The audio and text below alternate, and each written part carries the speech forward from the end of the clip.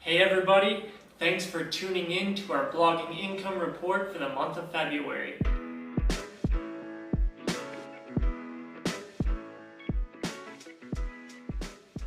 Hello again, and if you're new to our channel, welcome, and if you're one of our beloved subscribers, welcome back.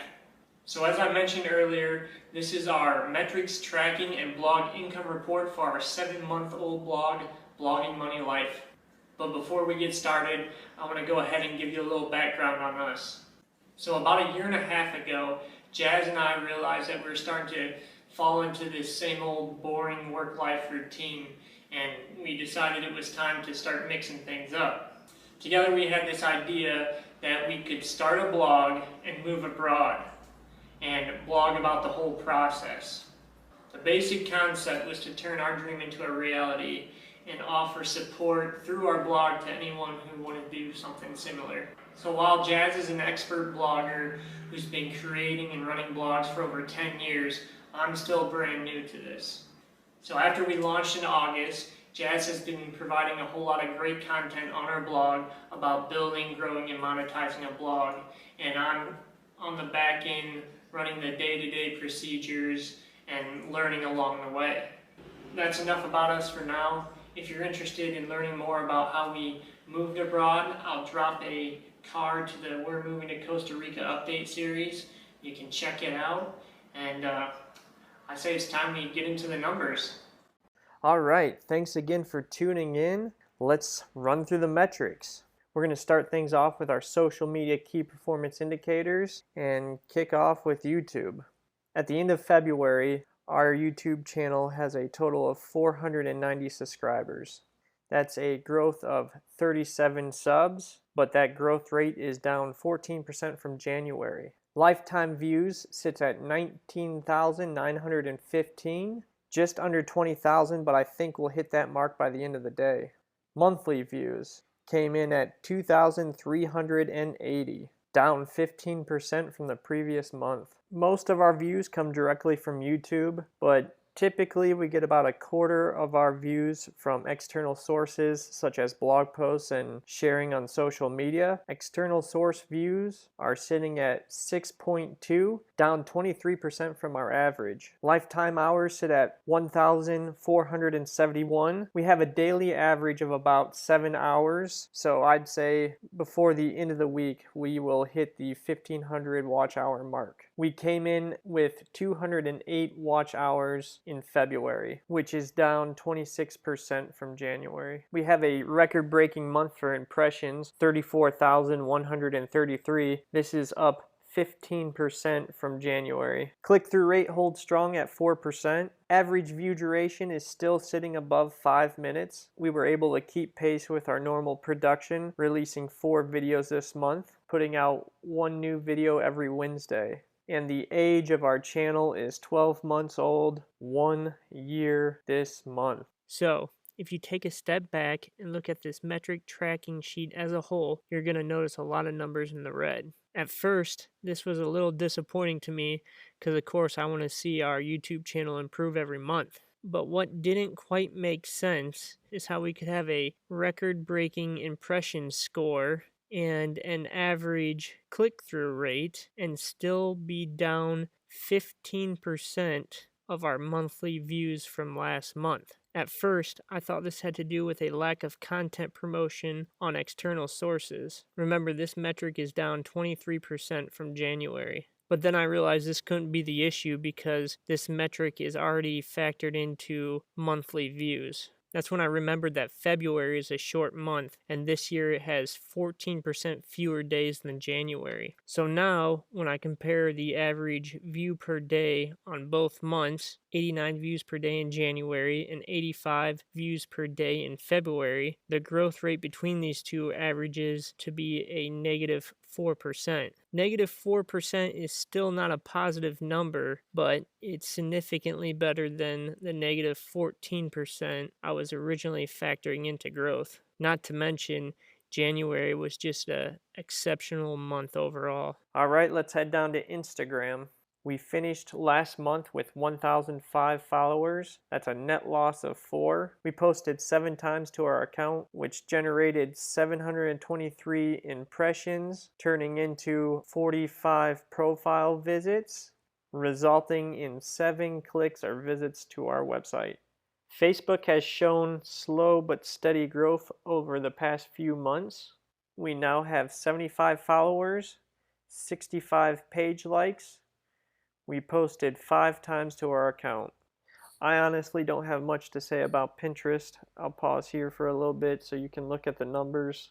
Towards the end of January and beginning of February, we had someone who was helping us with a social media strategy. Unfortunately, they had some issues that came up and they were no longer able to help us out, so we are putting that on pause for now and hopefully we'll get back at it soon. Moving on, let's talk about the state of our email list. We have 299 subscribers to date, with a net growth of 38 subs. Included in that number are 3 unsubscribes. We only ran 2 email campaigns this month, sending a total of 531 emails. Average open rate is holding steady around 30%. Our click-through rate has shown a slight tick up and now sits just above 4%. So what are my thoughts on our email list metrics? Well, under subscriber growth, we see a slight upward trend, gaining 6 subscribers in January and 8 in February. We had 17 less unsubscribes, but of course we sent out significantly less emails, about 2,400 less to be exact. And when you look back to December, you see in January, we sent out more than double the emails from the previous month. So what happened here? So this number was a direct result of the help we had on our blog in late January, early February. One of the other things they were helping us with was our email marketing strategy. Coming back down here to average open rate, it's nice to see that no matter how many emails we send out, we can expect about 1/3 of them to be opened, which is a great number. All right, website traffic,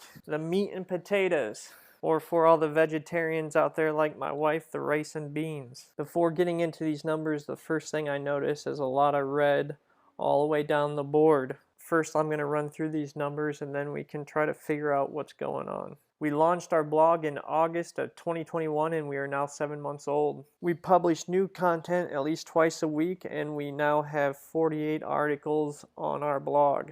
Total number of articles published this month was 9. With the data collected from our SEMRush tool, we can see that we rank for 349 organic keywords in the US. This number is down 15% from January. 5 of our target keywords are showing up in the top 10 results of a Google search. SEMrush tells us we have received 192 organic sessions from IP addresses in the United States this month, up almost 2% from January. SEMrush has also given us a domain authority score of 22. They reported to us that there are now 210 referring domains with 811 backlinks. We know that backlinks is the best way to build your domain authority, but we are not actively reaching out to other websites for these backlinks. And I am not sure how these two numbers have grown to what they're at right now. That's something I'm looking into. I can see where these backlinks are coming from, but I don't really know how or why they have decided to backlink to us. Our Moz domain authority has gone up from 7 to 11. Our Alexa world score has increased 17%, but our US score is down 76%. Google Search Council has reported that our average position in a Google search is 41. This number is down almost 8%, resulting in 29% less impressions than we had in January, reducing our total clicks to our website by 22%,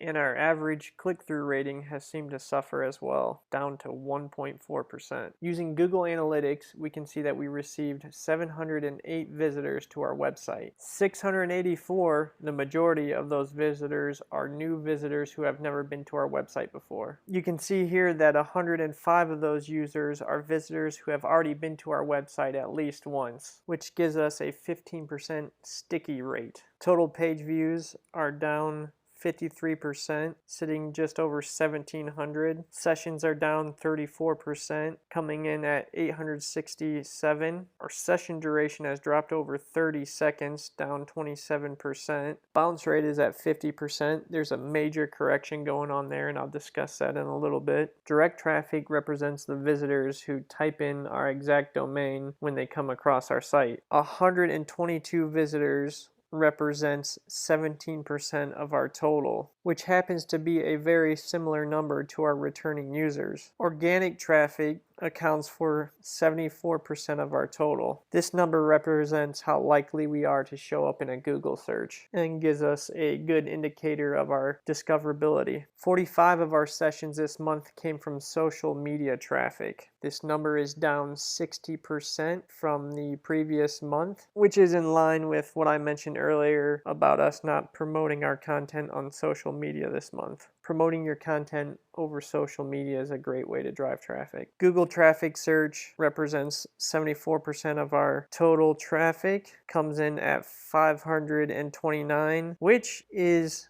damn near identical to our organic traffic. Makes sense, right? Here's the breakdown of our social media traffic. Okay, so what's my takeaway for this month? Well, first off, I want to point out that February is a shorter month. This year, there was only 28 days in February. Something else that definitely contributes to all this red you're seeing is that I recently discovered we had Google Analytics installed in 2 different places on the back end of our website. This came to my attention last month when one of our viewers left a comment about our incredibly low bounce rate. I did some research into what would cause a bounce rate to be so low. And I discovered that having Google Analytics installed in 2 different places on your back end could cause this. And having such a significant drop across the board in the other metrics that we're tracking is an indicator that this issue may have affected other numbers besides bounce rate. But even with a huge drop in impressions and new users, we were actually able to maintain and show a little bit of growth in our returning users, which means there are some people out there who are really enjoying our content enough that they seem to be coming back at least a couple times each month. And with that said, this wraps up our back-end analytics section, and we can move on to our financial statement. February's income report. Under affiliate networks, you can see we have 4 brands up here, and we are not currently receiving any money from these affiliate networks. Advertising networks. Google AdSense is who we are currently working with, and we have received $11.35 from them this month. We have not yet taken any sponsored posts. We do not have any current partnerships. And virtually all of our income this month has come from products. We currently own 3 different products and sell a variation of each of them. Our Blogging Money Formula is a course that we release a couple times a year. There are currently 2 people finishing up the 4-month payment plan on that course, which has earned us $198 this month. Blogging Money Update is a subscription newsletter we offer, which includes a curated list of sponsored post opportunities. We have 9 subscribers to the $29.99 program and 6 subscribers who have been with us from the launch and are grandfathered in at the promotional $9.99 price. Total product sales add up to $527.85. Every business has expenses, and I noticed that for some of the income reports that I follow, they choose to leave expenses out of their posts. I'm not 100% sure why, but we throw them in. I won't run through these one by one, but here they are. We have no unexpected or single-time expenses this month. The only personnel expense we have this month is for our transcriber. And finally, our profit and loss summary for February. Total monthly gross income is $539.20. Total monthly expenses was $147.71. Total net income for the month of February is $305.36. Thank you so much for watching. Don't forget to check out our blog, bloggingmoneylife.com. We have content for whatever stage of blogging you're in, whether you're just starting out, you're trying to grow, or you're looking to monetize, we got it there. If you like our monetization tracker sheet, you can download it from our website. We also have all kinds of content on our channel about our move to Costa Rica and what life is like here for us. Thanks again so much for watching. We'll see you next time.